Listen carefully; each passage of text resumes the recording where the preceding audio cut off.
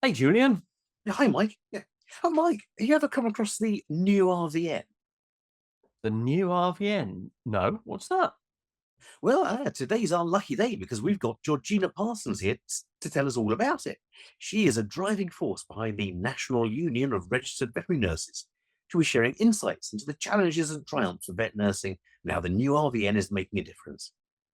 Sounds interesting. So, well, get Georgina in and let's get rambling. Hi, I'm Mike Brampton. And my name is Julian Hoad. Welcome to Veterinary Ramblings. So, hello, Georgina. Hello. Nice to meet you. You're a veterinary nurse, aren't you? I am, yes. Georgina, you've been veterinary nursing for quite a while. Yeah, Despite- 10 years Well, this look, year. 10 years. Yeah, started when I was 16 and I'm turning 26 this year, so it's been a long time now. Wow, fantastic. Yeah. And we've got you here. Now, I don't know when this is going to come out as a podcast, but we've got you here during Vet Nurse Awareness Month. You do, yes. I think that's quite apt, isn't it? Because you're quite an advocate for the veterinary nursing profession, as indeed are Mike and I. Yes, I try to be, do my best. I'm very proud of nursing, and it is something that I love to talk about, and I love being a nurse. So yeah, it is. It's good. I wonder whether before we get into all this, because it's going to be quite a meaty subject, Mhm. we ought to ask a question just to, I don't know, I was going to say put you at ease, but it'll probably put you slightly ill at ease. There's a tricky question we ask people. Okay. I say we ask people. What I normally do is introduce the question and then say Mike's going to ask it because I kind of wimp out. Mike asks it in such a nice way. And Okay. You want me to ask Georgina the difficult question? Right, is that all right? Is that all right? You do it very well. Mike's a lot more compassionate than I am. And he can Okay. I make people nervous by asking, I think. I can see you're getting a bit nervous already with me. piling the pressure on this question. It's not, at the end of the day, okay, it is a serious question, but it's not. One of these days, Julian, you are going to ask this question. I will. You do realise we've recorded over 120 episodes and you have not asked this question once. I almost asked it once, didn't I? Yeah, but you're very quick to jump in on the answer and tell everybody about you. Yeah, well, we're not going to do that. Okay. Well, I've received enough coaching on this particular question, so I now know that it's worthwhile just coming out and asking the question. So Georgina, what a lot of our listeners really want to know, and our viewers too, is what is your favourite bread? My favourite bread? I don't think you can go wrong with a crusty baguette with a bit of Lurpak. Do you know, I don't think we've had a baguette before, have we? It's kind of a boring answer, really. No, not really. Not really. No, nothing. There is nothing boring about a baguette, really. They're one of the most highly regulated loaves of bread in the world. Yes. Mm-hmm. There have to be 3 strike marks with the knife. They must weigh exactly 500 grams before cooked. Yeah. Told you you'd take over straight after you've answered. I'm quiet now. Tell us about baguettes and Lurpak. About baguettes. Well, my favourite ones are the ones that you get that you put in the oven yourself, the part-baked one. And then loads of Lurpak, like as my best friend would call it, heart attack amount of Lurpak on there while it's still warm. Why would your friend describe the Lurpak as heart attack when it's known that it's the carbohydrate in bread that causes oxidative stress on the blood vessels, and therefore it is the blood that causes the heart attack, not the fat in the butter? Well, I can tell her that next time that it's okay to put that amount of Lurpak on a piece of bread. It's that persisting myth that butter causes atherosclerosis, isn't it? Yeah. We need to blow that myth out of the water one day. We do. Second CPD on why lipids are not bad for the heart. Yeah, absolutely. So I take it that these baguettes, these self-baked baguettes, don't last long in your household, because something tells me that they come hot out of the oven and the Lurpak is on the side ready to meet the hot bread. Yeah. Straight away. It's got to still be warm when you put it on there. It's got to melt into it a little bit. How many do you bake at a time? I'd like to say just the one, but probably two of them. That's fine. That's good. One for now, one for later. Yeah. Have you tried making them yourself? No, I'm no good at making bread. I have attempted various forms of bread and it's just not for me. I love baking, but bread is not something that I've quite mastered yet, unfortunately. I would not say anything. I'm not saying anything. Not saying anything. You stay quiet because he's a master chef at baking, and he's been auditioning to get on the Great British Bake Off for years.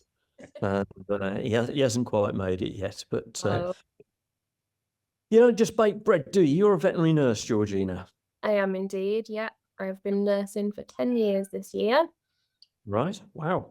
It's quite a long time. I started when I was 16, so it is nursing's all I know, really. Right. So what got you into that? Actually, when I was growing up, I always wanted to be a vet, and anyone that asked me, I would say I'm going to be a vet one day.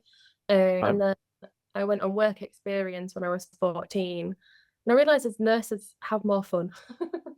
Right. I think that's true. Yeah. No, I much prefer spending time with the nurses and doing the nursing aspect of things. So I went straight from high school into doing my diploma, and yeah, here I am now. And that was in West Yorkshire? Yes. And are you still Yorkshire based? I am, yeah, still Yorkshire based. Probably will never move out of Yorkshire, to be honest. And why should you? So I mentioned it was Vet Nurse Awareness Month. Yes. At the moment. We're advocates for veterinary nurses. We really want to make sure that veterinary nurses are treated well at work, respected by the public as registered professionals. But what am I missing out? What else should happen to nurses? I think there's a lot that could happen for nurses and the industry, and I think a lot of it, in my opinion, comes from how nurses view themselves. We see it all the time in, the public forums on Facebook and things like that, of nurses commenting opinions, and you'll always start it with, I'm just a nurse, but this is my opinion. And I think a lot of our downfall comes from how we view ourselves, and potentially sometimes how our colleagues view ourselves as well. Horrible phrase, isn't it? I'm just a nurse. Yeah. It's something that I do think that we need to move away from, and I think we have started to move away from that a little bit, even just the wording of it, and saying that, I am an RVN, but this is my opinion, rather than I'm just an RVN. And I think it's important that we empower ourselves and empower our nurse colleagues as well, to understand that we are professionals working alongside other professionals. Vets obviously do have more power when it comes to our patients and our cases. That doesn't mean that our opinion isn't valid or shouldn't be valued any less than a vet's opinion. It's interesting you use the word power. Yeah. Unusual choice of words. It's quite a meaningful word, isn't it? Power. Yeah. Charged word. And I wonder if is there any resentment there? On my behalf, no, because I work with some wonderful vets that do respect my professional opinion as much as I respect theirs. But I have definitely, seen and witnessed nurses' opinions kind of being ignored by vets and not respected in the way that they potentially should be. So I do think that the history of nursing does give a little bit of resentment, in the sense that it's hard to kind of, the way that I would explain it is that when I was training, and still now to this day, I get asked, are you ever going to be a vet? do you want to be a vet? Mm. And it's hard to kind of explain that my profession is a profession in its own right without needing to move up to being a vet, when that's not something that obviously we understand as veterinary professionals. That's not an option. That's not something that we do. But the general public, even down to my family and close friends, still kind of think that I one day want to be a vet. It's interesting, isn't it? And I hope you don't mind me asking you that question, but I think there is still a sort of a ripple of feeling both outside the profession and inside the profession. Yeah. That nurses are just like, you know, cats aren't small dogs. Mhm. Nurses aren't Yeah. small vets. They've had a bit of the training, but not as much. Yeah. Nurses have a hugely intensive, really quite knowledge heavy training. Fortunately, a lot of practical training as well. And it's to do a very different job, isn't it? Yes, very different. Yeah. You know, vets could not get patients better, other than with a few injections and seeing them on their way. They could not get patients better, certainly. They could not run the practice and deliver a quality of care without nurses. That's right. Yeah. How do you perceive, or how do you set out to change these impressions then? Because you've mentioned that it's not just within the profession, it's outside the profession as well. Yeah. What can you do to change that? So we started our union, the National Union of Registered Veterinary Nurses, in August of 2022. And I think one of the main things that we've been able to do is, I think a lot of nurses need a little bit of reassurance in the things that they already know and the things that they already understand. And giving them that bit of backing does increase their sort of bargaining power with colleagues and things like that, but also gives them that little bit of empowerment to realize that they are respected. And I think that will grow and will spread to sort of how the general public views us. But I think, like I say, I think it starts with us and having those conversations with clients and having that conversation with our friends and with our family. One thing that I love about my vets person that I work with is they will always give the nurses the credit when they're due. They will say, you know, they ring a client with an update on an animal, they will say the nurses have done this, the nurses have done that.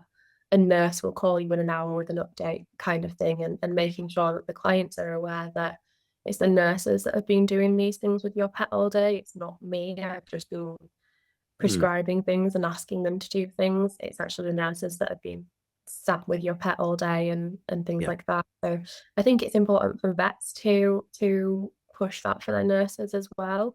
And it's not, and have those conversations. Absolutely. I quite agree, completely agree. And it's not just a case of the vet saying in a very dismissive way, oh, yeah, the nurse will phone you because I'll be far too busy. Because they could say that instead, couldn't they? There's got to be actually, you know, once I've operated, my job is pretty much done. It's then the responsibility of the nursing team to make sure that little Fifi recovers, or that she's comfortable, to ask me for more pain relief, because they're the ones who are going to be doing the analgesic checks, the pain score and things. And it's that's going to get the message over to owners that actually the nurses really do the patient care, and we do the spanner work. You wouldn't be able to operate if it hadn't been for a nurse doing the anaesthetic. No, absolutely. Yeah, bloody flyboys walking in, taking all the glory. Yep. So. Yeah. What a hard work. Off you go, yeah. Well, we had a human surgeon on a few weeks back, and he was saying that actually, you know, everyone in his team is valued and indispensable, and that's the way it can work. And I think we're a long way behind that still in the veterinary profession. I've been very fortunate in the practices I've been working at that my nurse team are valued and recognise they're valued. But I've been locuming recently at a few other practices where I think they've been seriously undervalued. Yeah. So should I get them to join the union? What's the union going to do for them? So the union, we are able to offer support that you may, if you have any concerns in your practice, if you are unfortunately going through any disciplinary processes or anything like that, we can sort of guide you on how to have the conversations about things like pay or mistreatment in practice. So this is advocacy, yeah? Yes, yeah. So we can advocate for you and also help you advocate for yourself a little bit as well. We've had a number of nurses reach out that have kind of just wanted things clarifying. So they already knew the answer. They knew that this wasn't supposed to be happening. They knew that this was mistreatment. But actually having someone say, "You're right, this shouldn't be happening," was just the sort of boost that they needed to have those conversations and approach those things in practice. Right. And how many? Am I right? You set this union up with a colleague. Yes, so in August of 2022, me and a nurse called Nadia set up the union, the National Union of Registered Veterinary Nurses, and we've now got a board of 4 RVNs. So there's myself, there's Nadia, our president, we've got our general secretary Sam, and our treasurer Rebecca. So there's 4 of us. We're all RVNs in practice. We all work actively in practice at the moment. And yeah, we've got the union. Wow. What do does you have a, sorry, Mike. That's right. I was just intrigued because the word union has got different meanings for different groups of people. I'm just wondering what union means to you, George. To me, it's miners' strikes and general strikes. Everybody out. The industry, the destruction of the British motor industry, Arthur Scargill. Arthur Scargill. I bet George has never heard of Arthur Scargill. There we go. Told you. Yeah, we were discussing it just before you came on, thinking, heard of Arthur? Everyone's heard of Arthur Scargill. Yes, West Yorkshire. Yeah, of course. No, I knew it. I bet a pound to a penny that was the case. But of course, in Australia and for our listeners in America, they've got their trades and their union as well. And again, they're organised slightly differently to the UK in that in order to work in certain professions or certain jobs in the States and Australia, you have to become a member of the union. The Teamsters and things like that, they've got a lot more control than we have in the UK. And so I was wondering what the word union really means to you and what it means to the RVNs, the Union of RVNs. So a trade union, from my opinion, is being able to offer legal support and also general advice as well. So we do work very closely with a trade union specialist solicitors, and that we have passed a number of cases on to, seek further legal support. For me, it's more about sort of supporting the individual in practice and being able to advise those that are feeling a little bit unsure if something's right or that are wanting some support in situations of disciplinaries. We also, do eventually want to be able to make some bigger differences to the profession as well and advocate for things like better pay, title protection, more recognition. But personally, for me, I like the small wins that we've had and the small differences that we've been able to make for individual nurses. I thrive off of the thank you for your help and things like that. So that's what it means to me. Can I ask how many members you have at the moment? Oh, we're very small at the moment. For 2 years. We only started taking official membership in September of last year, Right. and we've got somewhere between 20 and 30 members at the moment. But we do keep growing. We're still getting quite a lot of new members quite regularly. So I've got a rotten question, which is a lot harder and a lot nastier than the bread question, I'm afraid. okay. why set up the NURVN when you could feasibly have joined a bigger union that advocates for healthcare and veterinary professionals? So that is something that when we first started and we first started looking for solicitors to work with, we were asked, and we also had conversations with the BVU as well about whether we wanted to join forces with them. But the most important thing to myself and Nadia, because it was just the two of us right at the start, was that we wanted a union that was just for veterinary nurses, and we wanted it to be run by veterinary nurses. We already discussed that a veterinary nurse is obviously very different to a vet, and we have different needs. And I think the nursing profession is a little bit behind the vet profession in terms of recognition and respect and things like that. So we didn't want to take the easy route and join somebody else. We wanted to fight for ourselves, and that's why we just did it. So yeah, started out small and want to keep growing. Okay. So do you want to get presumably all of the RVNs in the UK? Ideally, yes. That would be the goal. Interesting. There are a lot of questions I want to ask, and I was sort of trying to think which way to go. I guess one thing I've got to ask is, do you have the blessing of the powers to be? So We do.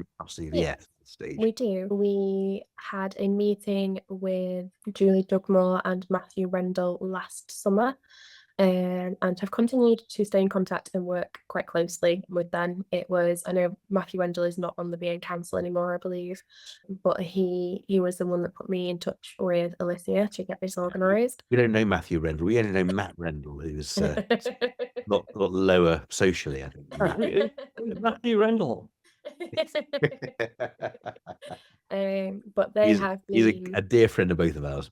Oh, he has been a wonderful supporter of us. He has been like a little cheerleader, I can't lie. If you can imagine him with a pair of pom-poms, that's what he's been like. But not to. He's not wearing this short rah-rah skirt that goes awful. What a hideous thought, Mike. Oh. He used to have a green and yellow one, as I remember. Yeah, it's quite nice, actually. I like that. Yeah. Oops. Yeah, we have met with Matt did kindly lead you our way, for which he many did. people He do. did. Yeah, he's been brilliant. And then Julie Dugmore as well. So yes, we have met with the RCVS. They are very aware of us and have been really, really supportive, which is great.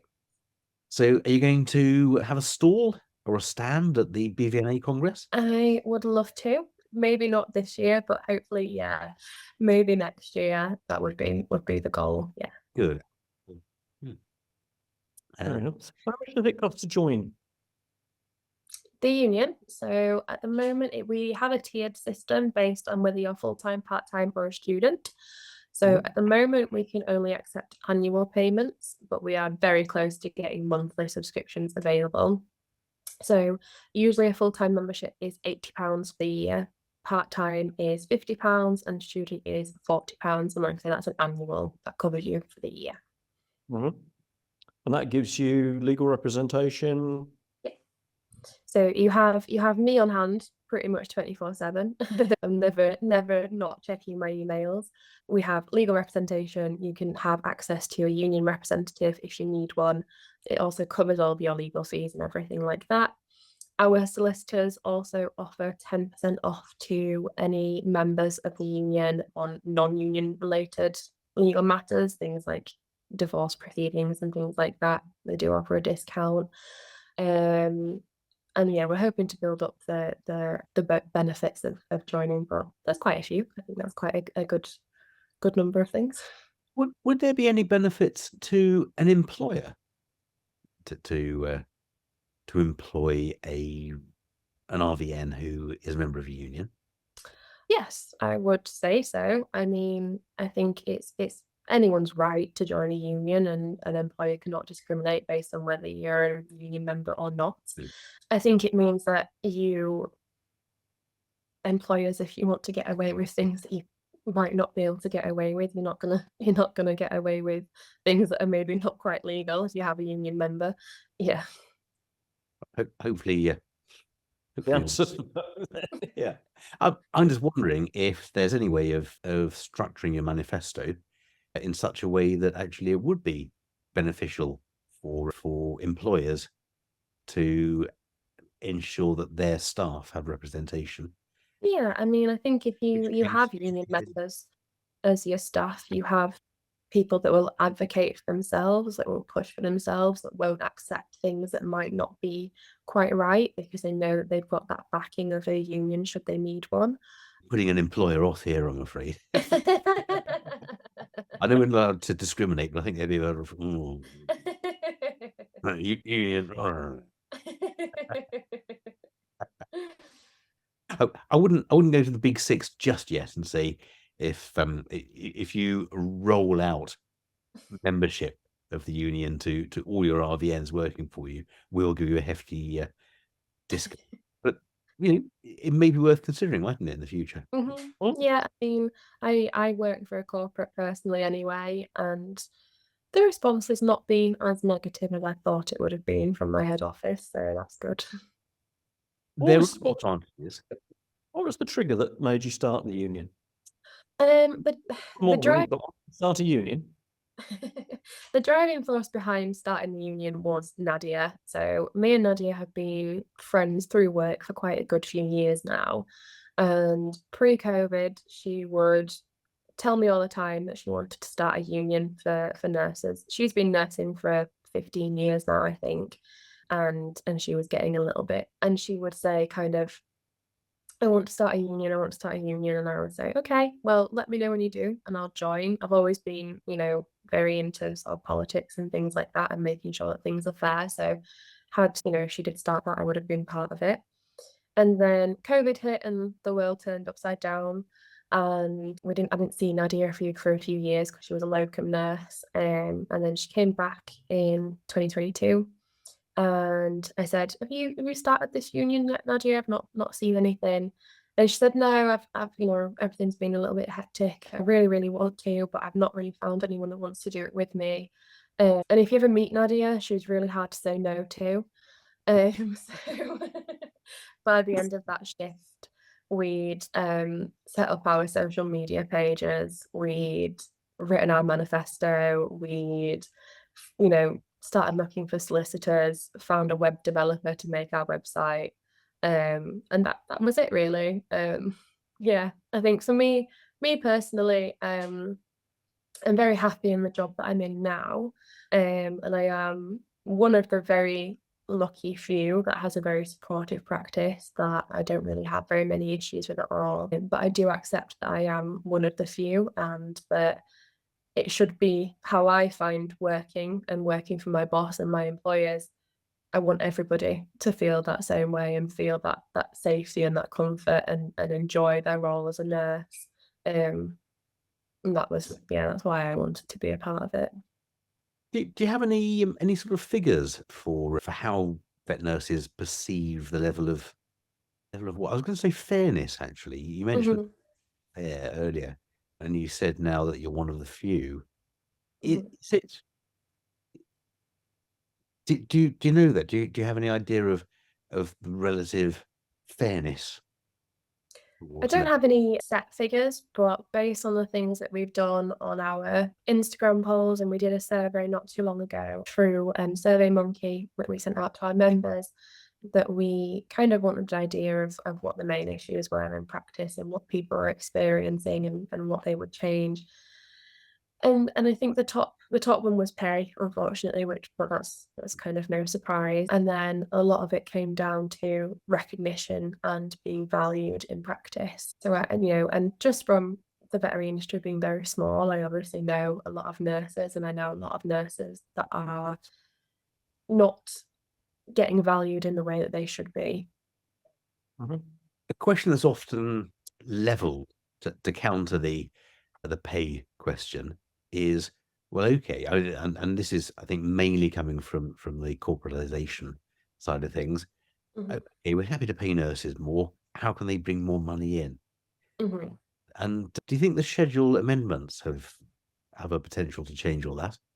I do think so, yeah. I think that some changes to the Veterinary Surgeons Act and giving nurses the power and the recognition that they deserve will bring in more money, but I also don't think that a nurse should necessarily be valued on how much she's bringing into the practice, because, you know, as standard, I think nurse consultations and things like that aren't charged. I know they're not in my practice, so it's difficult to base on how much money they bring in, but actually how much knowledge are you providing, how much care are you providing should be what it's based on. My value shouldn't be based on whether I can charge that client for this and that.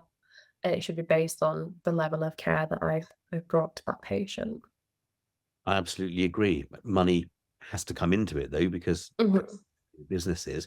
And I think it would behoove practices to recognise that it's not the vet who has made this money, it's the team that has made this money, isn't it? Yeah.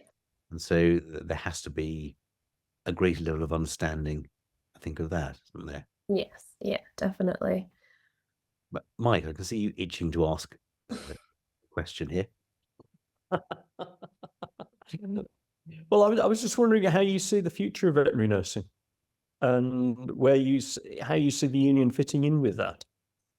So the future of veterinary nursing, you know, we know that the RCVS are currently working on a number of things to offer nurses to progress our profession. Obviously, there are things like advanced certificates, which I am a certificate holder myself, and that did bring me a lot of knowledge and things like that. They're talking about introducing a nurse practitioner role, lots of different things. I think the union fits into this however it needs to fit into this. So, you know, we're there to offer support for people that may not feel like they're progressing in their role, and, you know, we can discuss options and we can help you discuss options for how to approach your practice, maybe on letting you go do certificates and things like that. I think one thing that I do find that I come across quite a lot in job adverts for nurses is, you know, they don't often advertise that they have certificate holders and things like that. And I think it's important to recognise when you do have nurses that are certificate holders alongside vets that are certificate holders as well. Yeah, you're absolutely right. That's undervalued, isn't it? I was lucky enough in my last practice. I left a couple of weeks ago after 17 years. Lucky enough to had 2 certificate holding nurses there who I really, really valued. In fact, couldn't have done the work we did as a practice as a whole, if not for those extra qualifications. And I think even so, we didn't do enough to tell the working public, the clients. Yeah. You mentioned certificates, and I think it brings us nicely on to education and CPD. Do you know a lot about the format of Veterinary Ramblings, Georgina? I do a little bit, yes. I've listened to some episodes. Well, that's helpful. Matt, have you listened or have you watched? I've listened. Actually, no, it's not a lie. I have watched one of them. I watched Lacey Pictures one on YouTube. Oh, yeah. So you've possibly seen this site before then?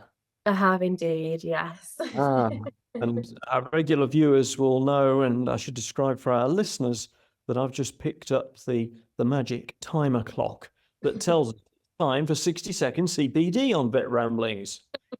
So, Georgina, how do you fancy having a go at the 60-second CPD challenge? I did indeed have a go at it. I have practiced. Yeah. I'm coming in at 54 seconds, so I need to fill that 6 seconds of silence. Stutter and burp a bit. That's a good one. Start off with a 6-second burp and you then quids in. That's fine. Or a big, long, deep breath in, and away you go from there. And do you have to fill that time? There's one for you.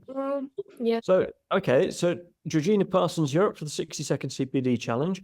What is your 60-second CPD going to be on? So 60-second CPD is going to be about trade unions and the new RVN. Trade unions and the new RVN. Right, okay. So, Georgina Parsons, 60-second CPD on trade unions and the new RVN, starting now. So as of 2022, there were 124 registered trade unions in the UK, but only 22% of workers were a part of a union. That number actually dropped from 2021 when 23% of workers were union members. A trade union is different to an association in the sense that an association works on pushing the industry and promoting the industry as a whole, while a union focuses more on the rights of workers and individuals. Unions increase negotiation powers, unionised workers tend to be paid better, the unions help workers defend themselves and protect workers' rights. The new RVN is a trade union made up of a board of RVNs solely fighting for veterinary nurses. We offer support for RVNs, SBNs, REVNs and nurses in non-clinical roles.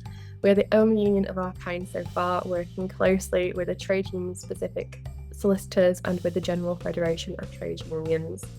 And that was perfect. Look at that. Smack on the button. You nailed it. I think that's great. Well done, Georgina. Well Thank done. you. And it just so happens that I've got a CPD certificate that would do, I think, for this. Lovely. It's got pictures of coal mines on it. So, well, it has a bit, yeah. So it says here, so certificate of blowing a whistle and shouting everybody out on the top there. And there's Révolte Nu there, the French union of pretty much everything. There's a picture in the middle there, black and white, of Arthur Scargill. Arthur. Who's Arthur? Who's still alive. He's still alive. Is. Yeah. A couple of strike things there.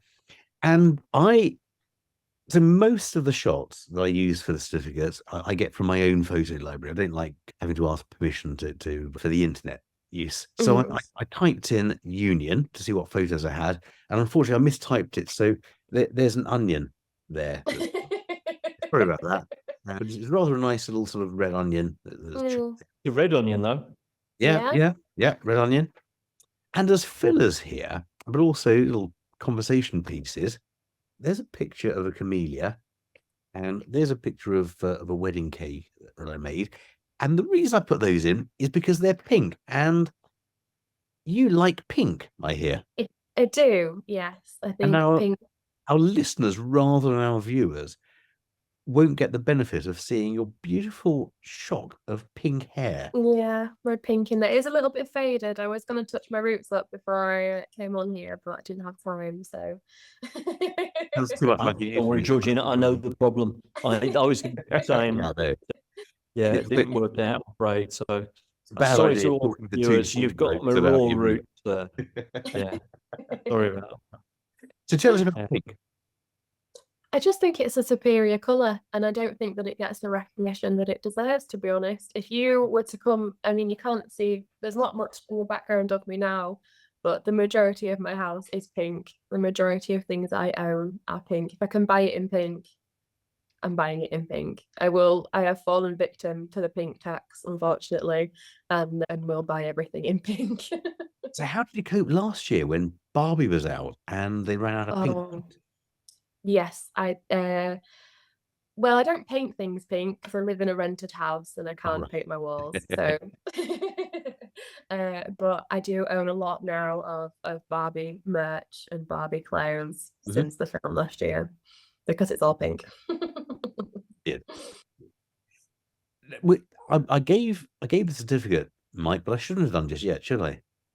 You shouldn't actually, because technically speaking, and Georgina pointed this out, and she's been getting on well with the RCVS up until now. Sour that. And far be it for two old codgers like us to muck that relationship up. Because, of course, part of CPD, as Georgina will tell everybody, is not only receiving the CPD, which we did, we got a history lesson on the unions there, and getting the certificate. But we do, of course, have to reflect. Of course.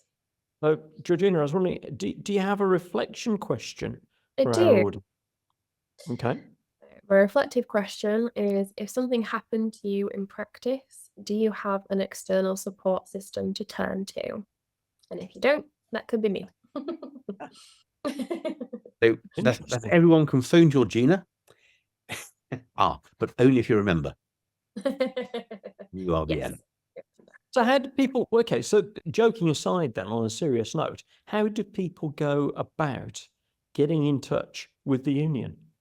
So where are you? Who are you? Where are you? How do people get in touch?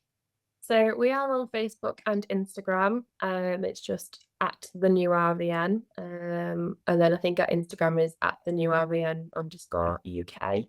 And that, just to clarify, that is NURVN, National Union.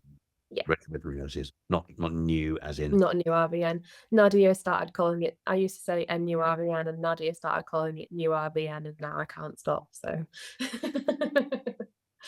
So yeah, we're on Facebook and we're on Instagram. We do have a website, but our website is a little bit outdated because we're looking for a new web developer at the moment to get some things updated on there. We are taking on formal membership now. And we're also, you can email me at contact@thenurvn.com. Right, and we'll have that on the page when this comes out. Thank you. Yeah. Excellent. NURVN.com. Written that down. Moves his lips. Excellent. Other than having, I mean, we seem to have been quite monosyllabic and bland during this, but starting a trade union is a huge thing. Well done. Yeah, thank you. I am very proud of it. I never really thought that my career would take me down this route, but I am very happy and very proud that it has so far. Like I say, even though we are only quite small, I really do feel like I've made a difference for quite a number of nurses so far, and I want to continue to be able to do that and be able to support people when they need it most. I think we've all had those moments in practice where we've just needed someone to talk to a little bit and offer a little bit of advice and maybe go down the legal route, and being able to offer that is a huge thing that I am very proud of. I think that's be. Very good, and I think so you should be. And I think really on that note, because that brings us in very nicely on that bombshell. Well, on that bombshell, because ordinarily when somebody would say something like that, you'd say, well, cheers for that, or well done, and quite appropriate that you're proud about that because it's quite an achievement. So I think on that note, probably it behoves to me to say that if you've got any questions at all about NURVN, don't forget to drop us a line. Please remember to click like and share. Happy to share anything that we've got here. Get in touch. If you want to meet more people that are working as hard as Georgina and her team are, looking after the interests of veterinary nurses and the veterinary profession, drop us a line. If you've got any questions, drop us a line. And don't forget to subscribe to Veterinary Ramblings, because it really does help. Really does. So, Georgina, thank you very much indeed for sharing all of your hard work and your drive to force this thing forwards. And you should be feeling very proud because it's quite an achievement. So on behalf of Veterinary Ramblings, I will say thank you very much indeed, and may your dog go with you. May your dog go with you. Ew. Cheers. And cut. Yay. How you feeling? Like I can Right. now a little bit. So what you got in your drinks bottle there then? Well, this is just water, but there is a sneaky glass of wine next to me. Oh, as well. that's I nice. noticed it's rosé. Sorry? Little glass of rosé. What Hello. brand? Rosé, yeah. Very nice. Right. We should have spent more time talking about pink, I reckon.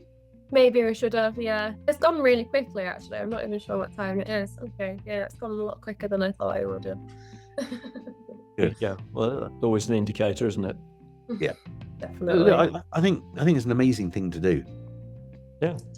Yeah, that's my goal at the moment, is to kind of just be able to get us out there a little bit more and do things like this. You know, we've had a couple of articles go out and an advert in the Main Times and things like that, and just pushing ourselves out there a little bit is my goal at the moment. I was so proud of myself because I don't think that I said a single swear word. We get told off by our producers for Hey, take care. We've taken enough of your time. Take care, and Thank you very much. Thank you. Lovely to meet you, Georgina. Take care. Bye. bye. Bye-bye.